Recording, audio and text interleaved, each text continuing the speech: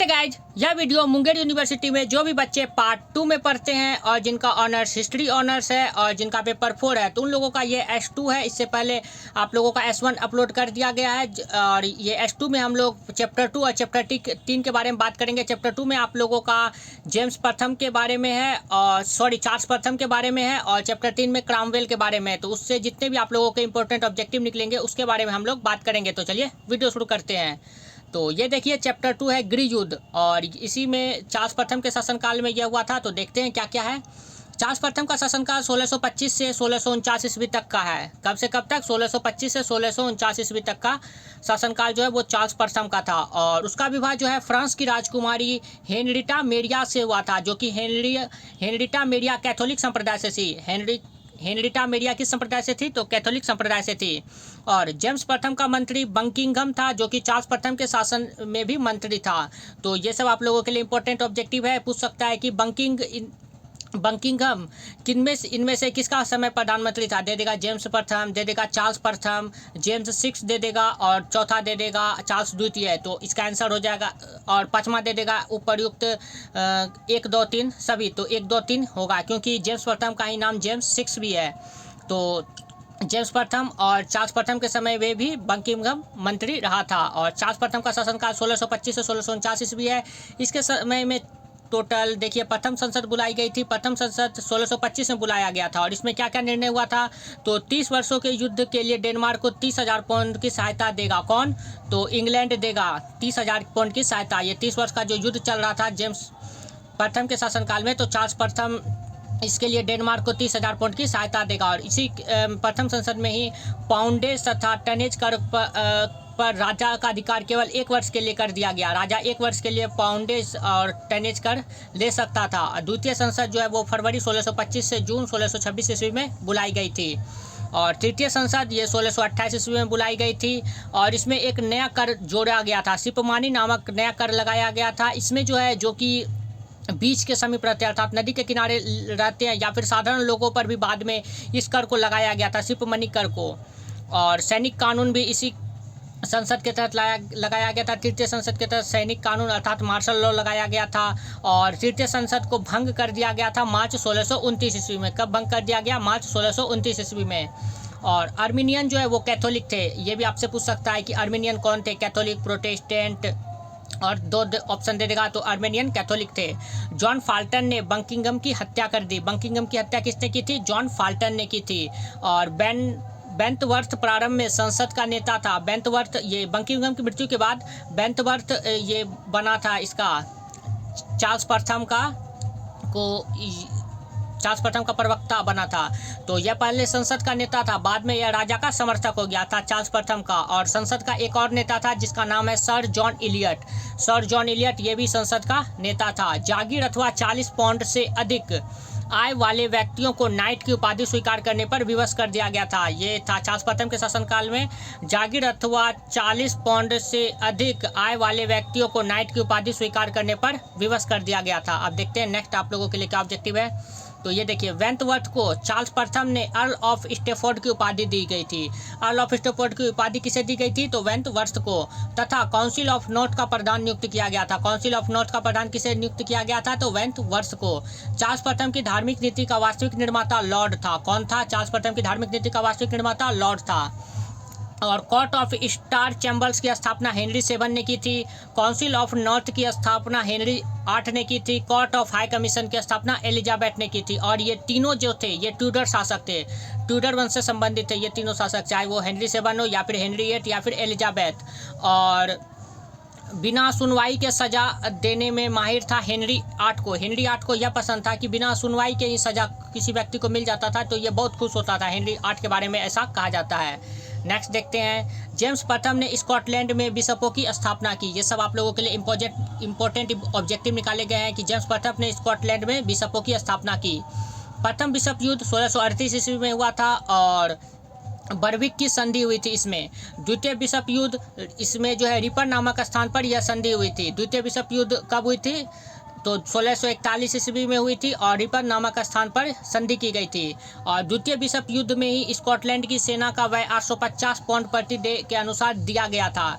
England को देना पड़ा था स्कॉटलैंड की सेना को 850 पाउंड पर डे, प्रतिदिन इसको देना पड़ा था 850 पाउंड उसकी सेना को इंग्लैंड खर्चे के लिए। और यह जो युद्ध हुआ था, यह प्रथम विश्व युद्ध और द्वितीय विश्व युद्ध, ये इंग्लैंड और स्कॉटलैंड के बीच हुआ था। ओके, अब नेक्स्ट देखते हैं दीर्घ संसद। दीर्घ संसद के बारे में जानते हैं। चार्ल्स प्रथम ने 30 नवंबर 1640 को संसद आमंत्रित की थी। दीर्घ संसद आमंत्रित कब किया गया था? तो 3 नवंबर 1640 को आमंत्रित किया गया था। किसने आमंत्रित किया? चार्ल्स प्रथम ने। और यह 20 वर्षों तक कार्य किया। इसका नेतृत्व जो है पीम ने किया था। किसने नेतृत्व किया था? पीम ने नेतृत्व किया था। और इसी दीर्घ संसद के अंतर्गत ही त्रिवर्षीय नियम लगाए गए थे। इसके अंतर्गत जो है 3 वर्षों बाद संसद का अधिवेशन अवश्य होगा। त्रिवर्षीय नियम का अर्थ होता है कि 3 वर्षों के बाद संसद का अधिवेशन अवश्य होगा। और इसके तहत जो है सिपमानी कर जो लगाया गया था वो खत्म कर दिया गया था, जो कि तट के किनारे रहते थे उससे जो कर लिया जाता था और साधारण लोगों से भी बाद में लिया जाने लगा था। तो दीर्घ संसद के द्वारा सिपमानी कर को समाप्त कर दिया गया। वेंथवर्थ को चार्ल्स प्रथम ने आयरलैंड का डिप्टी लॉर्ड बनाया। आयरलैंड का डिप्टी लॉर्ड किसे बनाया गया? तो वेंथवर्थ को बनाया गया, चार्ल्स प्रथम ने बनाया। और फिर वेंथवर्थ को जो है संसद ने बिल ऑफ अटेंडर पारित किया। संसद ने एक बिल पारित किया, बिल ऑफ अटेंडर पारित करके वेंथवर्थ को 12 मई 1641 ईस्वी को मृत्युदंड दे दिया गया। तो वेंथवर्थ को मृत्युदंड कब दिया गया? तो 12 मई 1641 ईस्वी को। ये भी आप लोगों के इंपॉर्टेंट ऑब्जेक्टिव है, सारे इंपॉर्टेंट ऑब्जेक्टिव आप लोगों को लिखे गए हैं इसमें। और लॉर्ड को मृत्युदंड कब दिया गया? तो 1645। ये लॉर्ड और वेंथवर्थ ये दोनों समर्थक थे चार्ल्स प्रथम के समर्थक थे। और चार्ल्स प्रथम ने अपने ये दोनों समर्थक को खो दिया। हालांकि इसके मृत्युदंड पर हस्ताक्षर चार्ल्स प्रथम ने ही किया था, लेकिन विवश होकर करना पड़ा था। सिचुएशन ऐसी स्थिति उत्पन्न हो गई थी। तो लॉर्ड को मृत्युदंड कब दिया गया? तो 645 ईस्वी में। और लॉर्ड को जो है 1641 में रखा गया 1641 में रखा गया था एक root and branch bill. Root and branch bill कब रखा गया था? तो 1641 ईस्वी में रखा गया था रूट एंड ब्रांच बिल, जो कि लॉर्ड के द्वारा ही रखा गया था। एडवर्ड हाइड का अन्य नाम क्लेरेंडन भी था। एक एडवर्ड हाइड नामक आदमी है जिसके बारे में बाद में आप लोगों को पता चलेगा। इसका एक अन्य नाम क्लेरेंडन भी था। तो क्लेरेंडन के नाम से जाना जाता था एडवर्ड हाइड, ये आप लोग याद कर लीजिएगा। नेक्स्ट देखते हैं। आयरलैंड में अक्टूबर 1641 में अकस्मात विद्रोह हुआ। आयरलैंड में अकस्मात विद्रोह कब हुआ? तो अक्टूबर 1641 ईस्वी को।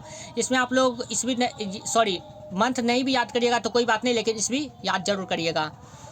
महान विरोध पत्र 1641 में आया था। चार्ल्स प्रथम का अत्याचार का लिस्ट था इसमें। महान विरोध पत्र में चार्ल्स प्रथम ने जितने भी अत्याचार किए थे उसी का जो लिस्ट तैयार किया गया था उसे ही महान विरोध पत्र के नाम से जाना जाता है। और यह 1641 ईस्वी में आया था।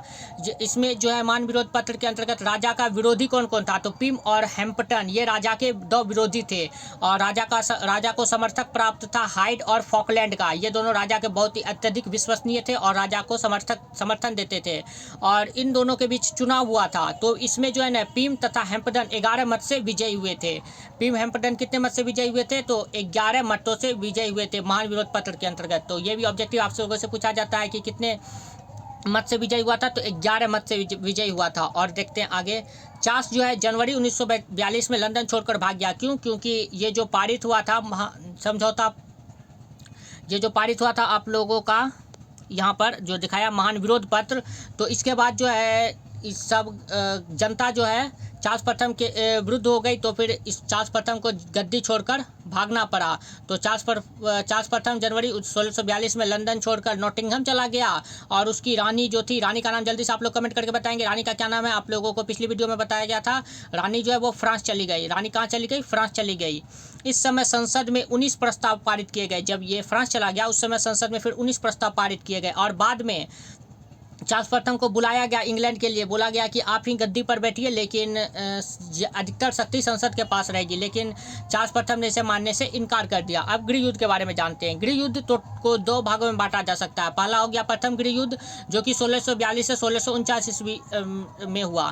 तो इसमें जो है एझिल का युद्ध हुआ था, जो कि 23 अक्टूबर 1642 ईस्वी को हुआ था। ये एझिल का युद्ध एसेक्स और राजकुमार रूपर्ट के बीच हुआ था। एसेक्स और राजकुमार रूपर्ट के बीच, एसेक्स वर्सेज राजकुमार रूपर्ट के बीच हुआ था। और राजकुमार रूपर्ट जो थे वो चार्ल्स प्रथम के भतीजा थे।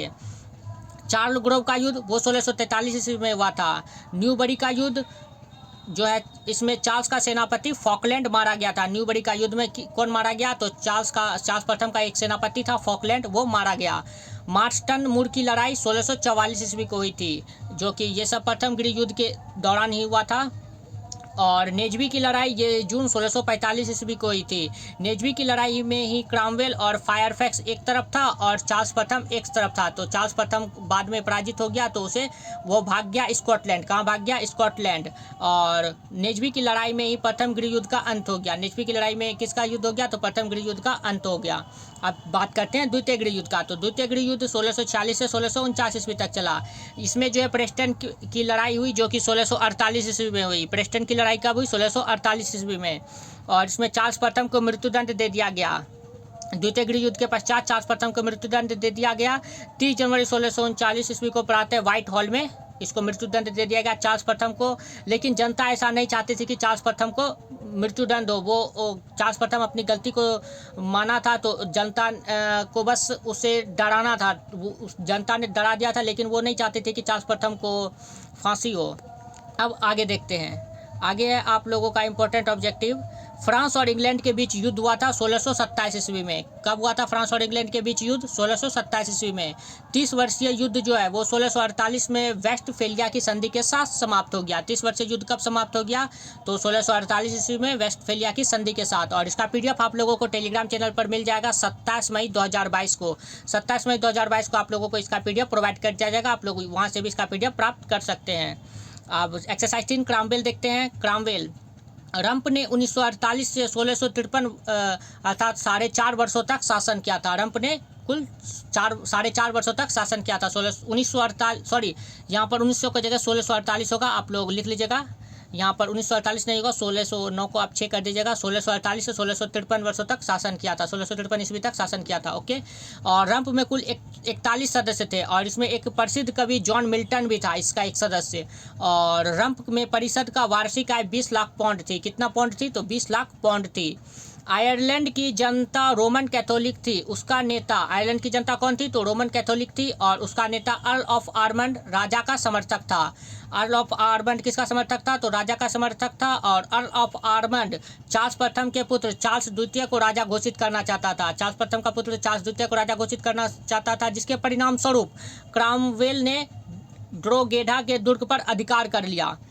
क्योंकि क्रामवेल तो राजतंत्र स्थापित नहीं करना चाहता था, वो चाहता था प्रजातंत्र स्थापित हो, तो इसलिए वो जो है इसके विरुद्ध दुर्ग पर अधिकार कर लिया, ड्रोगेडा के दुर्ग पर। अब नेक्स्ट देखते हैं आगे क्या है। स्कॉटलैंड को 2 दल में विभाजित कर दिया गया। कौन कौन, तो मोंटरोज और आर्गिल।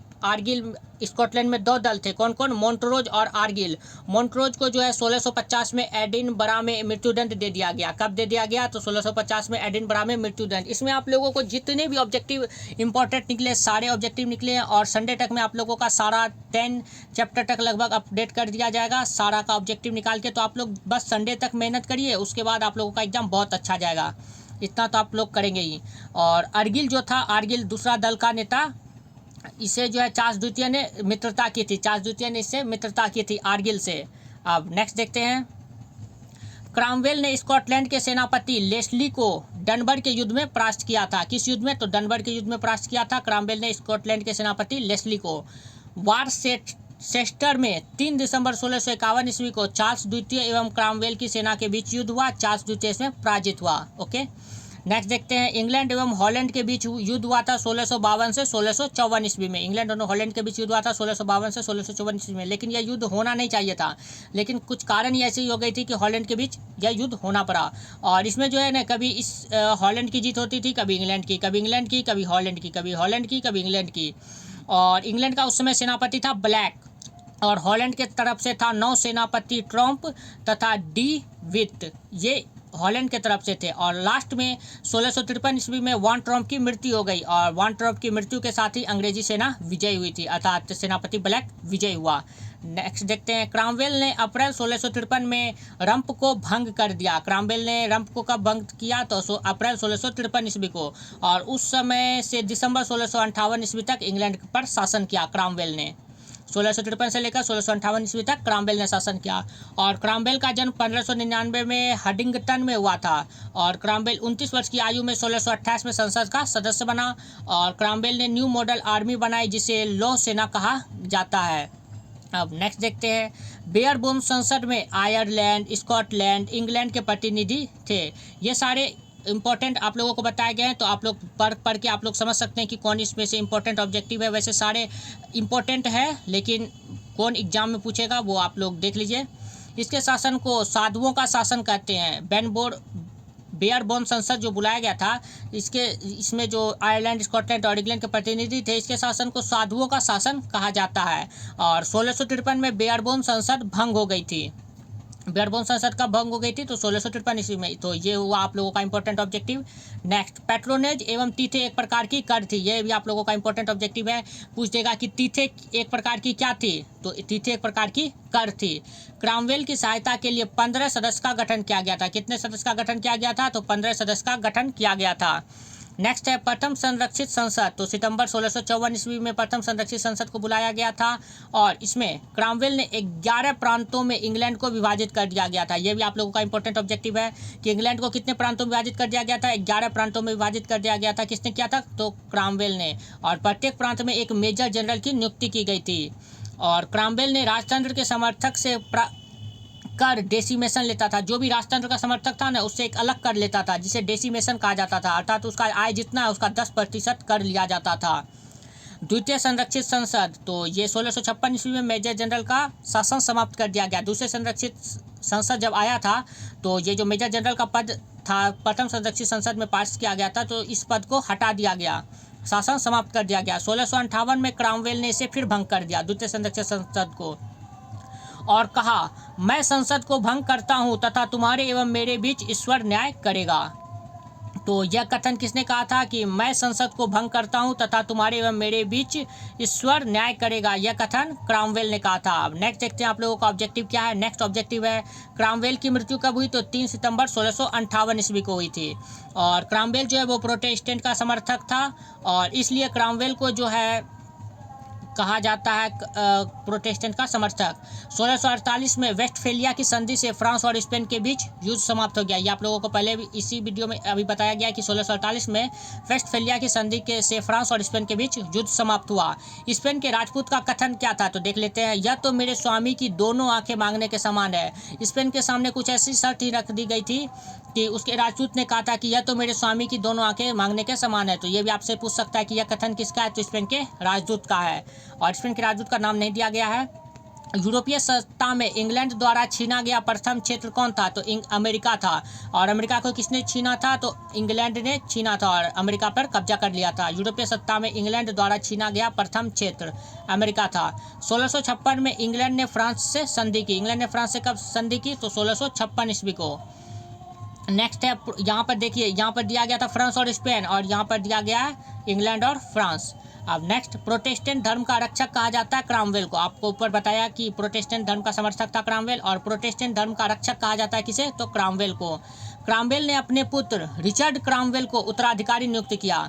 ये मरने से पूर्व जो है अपने पुत्र को, रिचर्ड क्रामवेल को उत्तराधिकारी नियुक्त किया, लेकिन यह शासन नहीं कर पाया। क्यों? क्योंकि ये उतना अपने पिता के समान महान नहीं था, और तो फिर इसने त्यागपत्र दे दिया। क्या दे दिया? त्यागपत्र। और इसके त्यागपत्र देते ही चार्ल्स द्वितीय का समर्थक जो थे वो चार्ल्स द्वितीय को गद्दी पर बैठाने में सफल हुए, और फिर चार्ल्स द्वितीय का आगमन हुआ और इंग्लैंड में राजतंत्र की पुनर्स्थापना हुई। इंग्लैंड में राजतंत्र की पुनर्स्थापना हुई, फिर से चार्ल्स द्वितीय का शासन में आया। अर्थात सबसे पहले जेम्स प्रथम आया शासनकाल में, उसके बाद चार्ल्स द्वितीय आया शासनकाल में, उसके बाद क्रामवेल कुछ समय के लिए आया, फिर चार्ल्स द्वितीय का शासनकाल आया। और नेक्स्ट डे आप लोगों का जो आएगा चैप्टर वो चार्ल्स द्वितीय से ही आएगा, और फिर आप लोगों का चौथा और पांचवा चैप्टर कल कवर किया जाएगा, और फिर कल ही आप लोगों का छठा चैप्टर अपडेट किया जाएगा, और जो कि शाम में छठा चैप्टर को अपडेट किया जाएगा। तो चलिए मिलते हैं नेक्स्ट वीडियो में। अगर इससे रिलेटेड आप लोगों को कोई प्रॉब्लम है तो आप लोग कमेंट करके पूछ सकते हैं, रिप्लाई करने की पूरी कोशिश की जाएगी।